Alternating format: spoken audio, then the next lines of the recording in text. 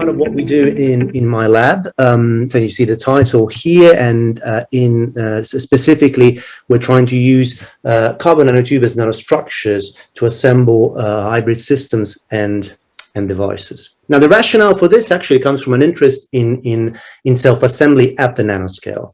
And if you will, we can think that in particular in the last 25 to 30 years, there's been a great interest in controlling matter at smaller and smaller scale.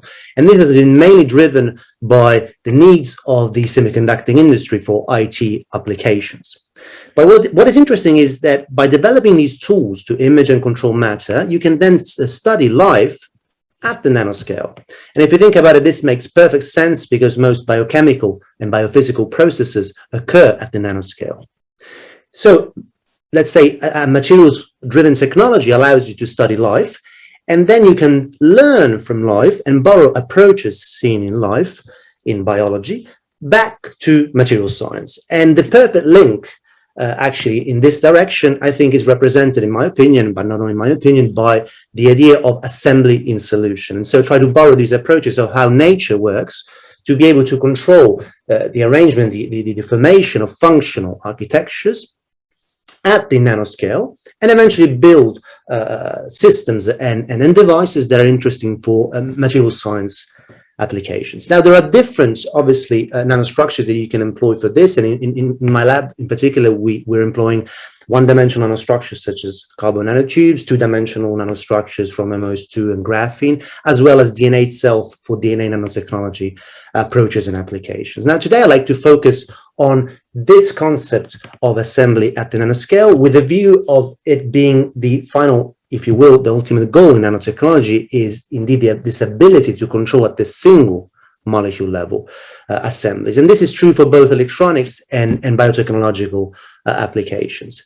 And so a few challenges that one could outline in this field would be represented for example, in terms of controlling the assembly, let's say, of a single molecule and a nanostructure, as you see here in a one-to-one assembly configuration, or in a two-to-one, for example, in a way in which you might consider these bigger structures in yellow as being nanoelectrodes in a single molecule here embedded between the two to form a single molecule electronic device or molecular transport junction. The challenge also is obviously the molecule, let's say, electrode interface, if we're going to go this way, or the nanostructure molecule interface, both in terms of the position. So in particular, for example, if we want this kind of configuration, we want to make sure that the molecule is tethered at a specific location on the nanostructures. The distance, because this will affect the distance between the molecule and the nanostructure, will affect the coupling between the two, as well as the orientation. And you will see an example in the case of proteins, for example, of its orientation will matter in terms of the coupling between a molecule and a nanostructure. So with this sort of premise in mind, we've been thinking of employing carbon nanotube as these, let's say, functional architectures in these assemblies. And nanotubes, carbon nanotubes, well, you can think of them as if you take one sheet of graphite, so graphene, and you imagine of rolling it into a nanotube, that will be a carbon nanotube. They're very interesting for the electronic properties as well as their mechanical properties. And because of this, us and other groups have been thinking of using them not only as active components themselves in devices and in systems, but actually as a core object in assembly of functional architectures, similar to what I showed you before in the slide before, where we have a single molecule and a nanoelectrode. So you can think of using these carbon nanotube as nanoelectrodes, for example, or as transducers. So in that context, we've been working with carbon nanotubes wrapped in DNA. So why is that the case? Well, this allows you a couple of advantages. Well, basically, DNA wraps around the carbon nanotubes through the pi-pi stacking of the base pairs, and allows you to take these segments of carbon nanotube and disperse them in aqueous solution. This has been demonstrated, for example, by Ming Zheng, one of our collaborators at NIST in Maryland. It's interesting because carbon nanotubes usually are dissolved in organic solvents, and or in water you can dissolve them with different surfactants. But DNA is a you'll see, a very useful way of achieving these aqueous solution dispersion of carbon nanotube. You can separate them then by size, and length in particular, by size exclusion chromatography, for example. But also you can separate them in terms of the electronic properties. For example, you can achieve either a fully semiconducting or a fully metallic carbon nanotube solution in water. You can separate in terms of the chirality, and there are different ways to do this with different strategies that I'm not going to dwell in. But if you're interested, Ming Zheng is one of the key players in this field. However, for us, it was interesting because we can then have a solution of well-specified electronic properties of carbon nanotubes of more or less a specific length in aqueous solution. And the other interesting thing is that we thought, well, you know, DNA wraps around the sidewall of the nanotubes and therefore protects these sidewalls. And you can think of exploiting only the terminal ends and in particular defects such as carboxylic groups at the terminal end to tether molecules, nanostructures only at the terminal end, and maybe, for example, employ diamine conjugated molecular wires effectively, such as this molecular system that I've shown you here, to try to bridge two nanotubes in this kind of junction configuration, and then try to use the carbon nanotubes as nanoelectrodes. And in order to form a molecular transport junction and study the electronic properties at the single molecule level of a single molecule, such as this one here or the ones above, that bridge two nanotubes, that again, in this case, we want to use as nanoelectrodes. The advantage is that if you're able to do this in solution and then put it down in a device configuration, you're able to fabricate from solution, so highly scalable approach, you're able to fabricate single molecule electronic devices. And so we started with these commercially available diamine molecules. Why amino molecules, terminated molecules? Because we want to take advantage of carboxylic defects on the CNT. On the sidewall, they're protected by the DNA. On the terminal end, they're available. You can form by amidation reaction these kind of junctions. And then, because we can separate nanotubes according to their electronic properties, we can start with a solution of purely metallic nanotubes that we would need in this case to form these kind of molecular transport junctions. And so we were able to form this junction. I'll cut the story short because I only have 20 minutes, but we were able to form junctions of carbon nanotubes with these molecules.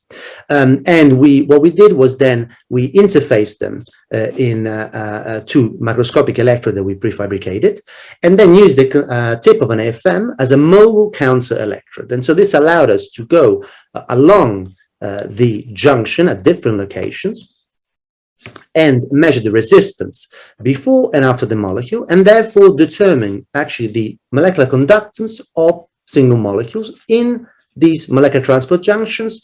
Here you can see two conductive AFM images, this one here and this one here, and we can use this tip of the AFM as a mobile counter electrode for these effective IV characteristics every 15-20 nanometers. And you can see that the high current before the molecule and then a drop in current here in this conductive AFM image. We were able to measure the resistance, hence the conductance, and this is in line with what people have been measuring with STM or SPM based approaches. So we were very happy, and what we're trying to do now is implement this in proper solution processable devices. However, for us, it was the first demonstration that you can form junctions in solution of carbon nanotubes, and you can use the nanotubes as nanoelectrodes. So we started exploring different kind of molecular systems that we could embed between these CNTs. For example, we thought, well, why not use DNA? And so what we've done is we've functionalized the end of a batch of carbon nanotubes with a sequence of DNA, another batch with its complementary sequence. We've hybridized it, and we've designed a system so that, for example, at acidic pH, it forms an I-motif, so a C-rich sequence, and so that we can assemble and disassemble the junction with a stimulus, in this case, pH. And you can do a similar thing also with strand displacement, as you can see. Again, I don't have time for the details, but we monitor this in fluorescence. If you're interested, please do check the publication that I'm referencing here, that are the ones that we published this work and others in.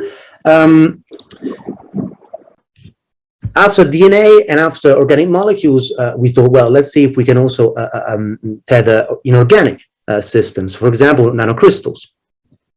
And so what we thought is, can we assemble a one-to-one heterostructures where we tether a quantum dot, in this case a cadmium sulfide zinc sulfide, core shell quantum dot, to the terminal end of a carbon nanotube, and study the coupling between these two nanostructures at the single particle level. Why would this be interesting? Well, this is interesting because if you want to use quantum dots in devices for, let's say, IT applications, for quantum information technology, for example, or even for the detection of photovoltaic application, you might want to wire them to nanoelectrodes. And because of this size, ideally, you want to do this directly in solution, and you will need a nanoscale electrode. And a nanotube could be a potential good candidate. And so we demonstrated these atomic force microscopy images, and you can see the quantum dot tethered at the terminal end of the nanotube in this position. And then here again, you also have a situation 2:1 and 1:2. So we played a little bit with the mass ratio in order to get among the hybrid formation. The yield is about 35 to 40%.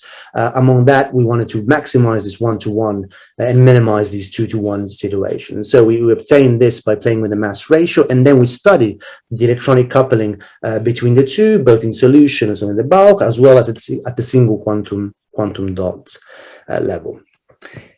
And so you see that we're able to tether where we want molecules or nanomoieties such as quantum dots. So the position, one of the challenges that I was mentioning before in the assembly of these functional architectures, we tackle the position issue, so we can put it where we want to the terminal end. Another thing that I mentioned was this distance issue, because obviously the distance, for example, within the quantum dot and nanoelectrode, the nanotube, will matter in terms of the coupling between the two nanostructures.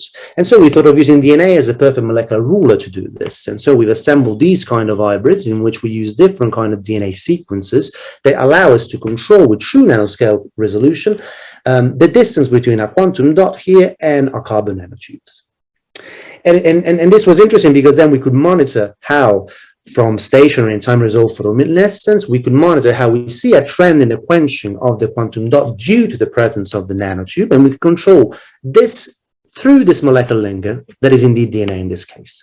And we could also see from time resolved that we go from a situation of, when it's far apart, of energy transfer to more charge transfer dominating situation once the quantum dot is closer to the CNT, such as the 10 base pair hybrid. So if you will, this hybrid here, where the quantum dot is closer to the nanotube. And we're using DNA as the linker moiety, and so we can perform these investigations on static assemblies. But DNA, as I mentioned earlier, and as I showed earlier, is a very interesting molecule because it allows you to play dynamic games.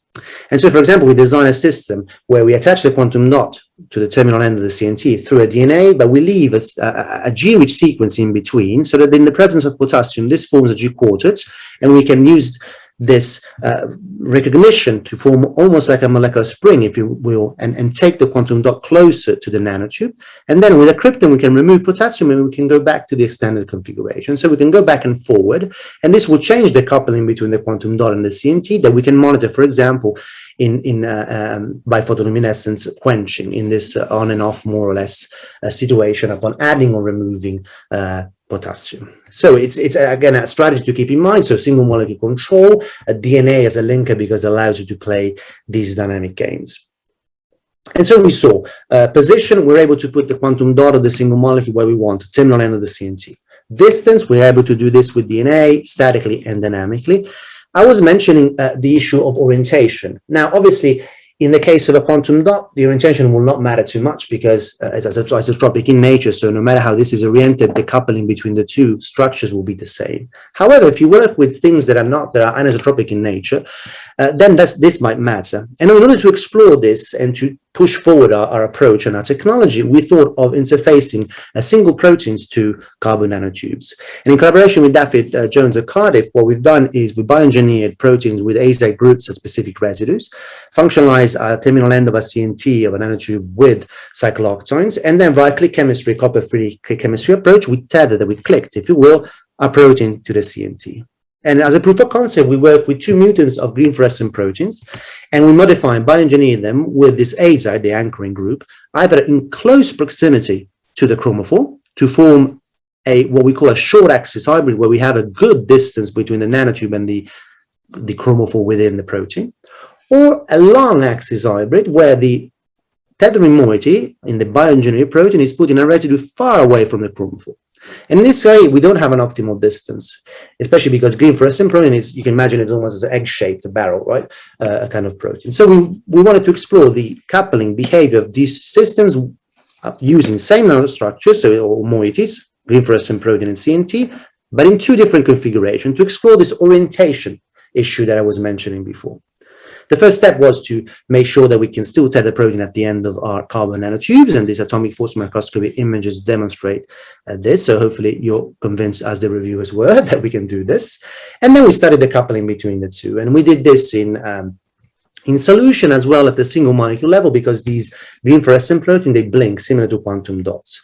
And so to cut the story short, we plotted single molecule events, and here we have in red, at the top panel, we have our pristine mutant GFP short axis mutant with its single molecule events time of events of the blinking, and then what happens when you actually tether it in the hybrid. And you can see that you have a difference in this off time. On the other hand, we don't see this different here in green for the long axis hybrid. And this is mirrored also in solution experiment where we monitor the bleaching of, or the quenching of the fluorescence of the protein.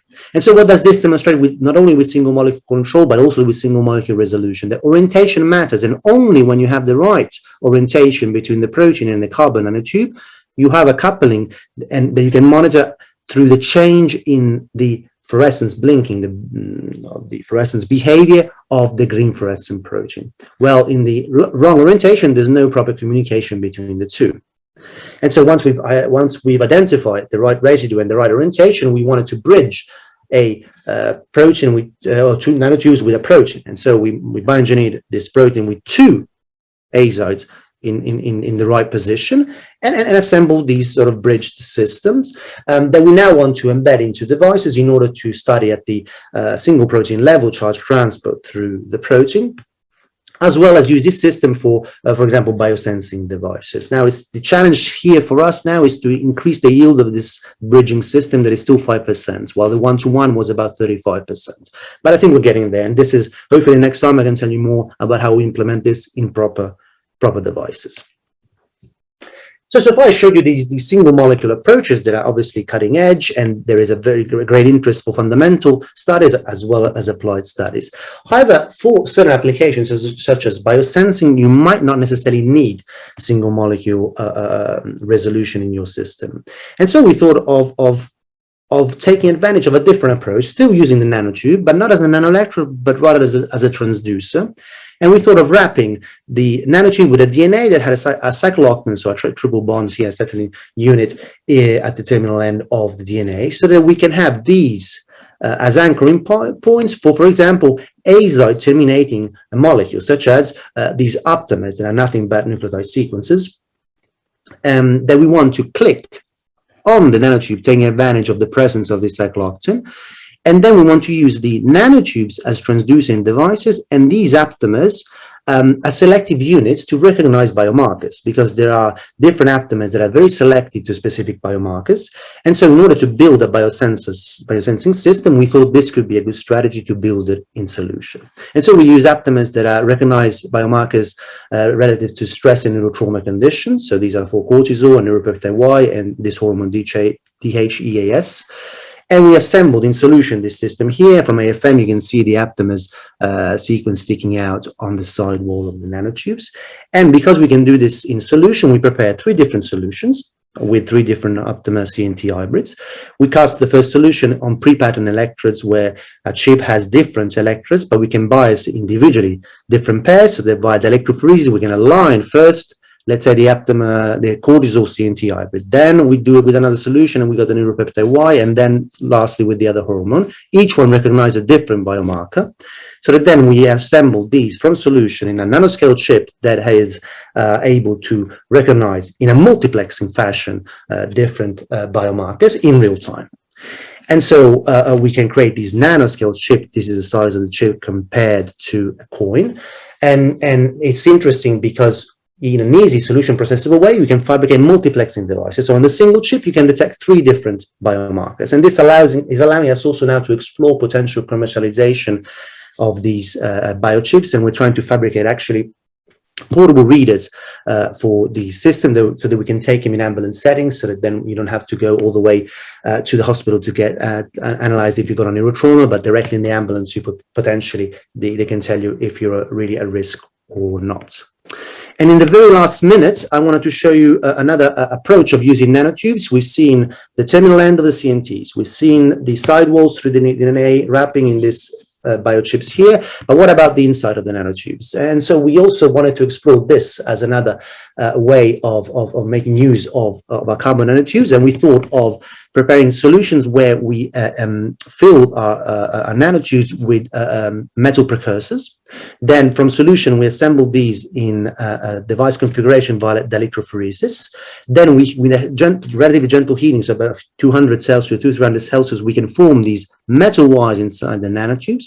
And then through oxygen plasma, we can remove the carbon nanotubes, and we're left with metal wires in a biochip. And we've done this with precursors for copper, platinum, and platinum copper alloy in order to fabricate from solution multiplex metal nanowire devices. And unfortunately, I don't have time to talk too much about this, but if you're interested, again, this is the publication you can refer to. And having said that, I'd like to conclude and acknowledge my collaborators, group members. Now, most of them left, now got other new, but these are the people that contributed to the work that I showed you. The EPSRC for funding, and in particular, the US Air Force of Scientific Research for funding the biosensing system and the protein CNT hybrid that I showed you before. And having said that, thank you for your attention.